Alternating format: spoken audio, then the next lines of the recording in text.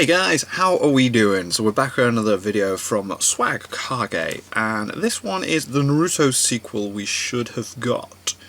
So I feel like this is going to be his take on what Boruto should have been. Not that it's a terrible anime, I think it's okay. It's not awful. That episode 65, Jesus, what a fight that was. And a bit of an intriguing story point at the end, where it's like, ooh, what's going on?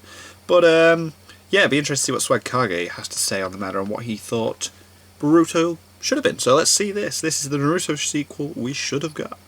At first glance, this video may seem a bit redundant because I have like 30 plus Boruto I've not episode watched reviews. any of those a couple reviews. videos about what I think of That the one series was good. overall. You guys want me to leave it alone, want me to talk about something else, I get it. Hear me out for a second. Okay. Now, given my track record, I don't blame any of you for expecting me to just get on a soapbox and start complaining, but that's not what I intend to do in this video. As a matter of fact, I think in execution, Boruto's actually pretty good. I've said in a number of my episode reviews that I like what the writers are doing with what they have, but that last bit there is where the problem lies. The writers don't really have a lot to work with here. Right, sure, yeah, you're right knows there. this already, The characters that brought just in are a to be bit safe, bland. let me lay out a bit of context to make sure that everybody's on the same page. This is a story set a good number of years after the battle with Kaguya, which also means it's set quite a while after Naruto and Sasuke's agreement to help bring about world peace. So the writers are stuck dealing with a time period that doesn't really lend itself to tension or excitement. Yeah, there's nothing going on. The first arc in Naruto dealt with our main character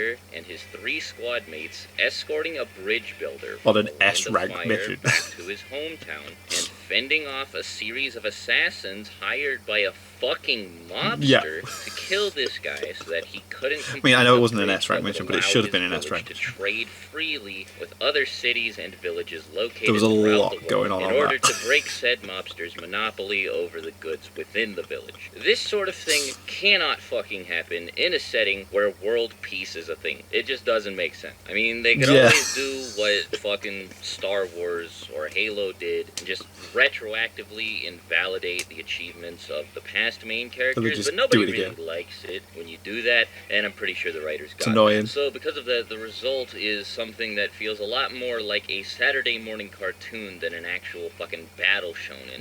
And I mean, last time this happened, people weren't really too happy what did they do about to it. Teen So no matter Titans? how What good did they the do? writers are, when you have such a drastic shift in tone, and I'm even inclined to say genre as well, it's very hard to make something like this appeal to everybody watching it for the same reasons that its predecessor did. Making people like Boruto for the same reasons they like Naruto is practically impossible given the circumstances. Very difficult. difficult. I know Studio Period and Shonen Jump and Viz and everybody with any sort of financial stake in Naruto as an intellectual property wants to keep it going so that they can earn more money. So a sequel series like this was probably inevitable. But I mean, like, they didn't have to set it after Shippuden. They could have made it an anthology series. Wait, hold on a second. They already fucking did this! And instead of separating it from Naruto Shippuden and making it its own thing, they just sort of sprinkled all of these anthology stories throughout the fucking main anime, and in doing so, they forcefully shoved in all of these really bloated gaps between a bunch of major plot points, and nobody was a really big fan of it. This would have killed 2 birds with one stone. It would have prevented Shippuden from being a filler-infested mess that you have to watch schizophrenically in order to keep yourself from ruining the pacing, and second of all, it would have given the writers a much stronger foundation for a sequel series than the one they have now. And I mean, as a bonus, it would have given it a much higher episode potential than it currently has. This is a much better idea. It is, isn't it? That's an amazing idea. From a business standpoint, I mean, like, I'm no the Kakashi Ambu story could have been fleshed out more. Me that using art or didn't like need a to feel so trailer of filler-esque. somebody like Kakashi or Itachi to promote an upcoming arc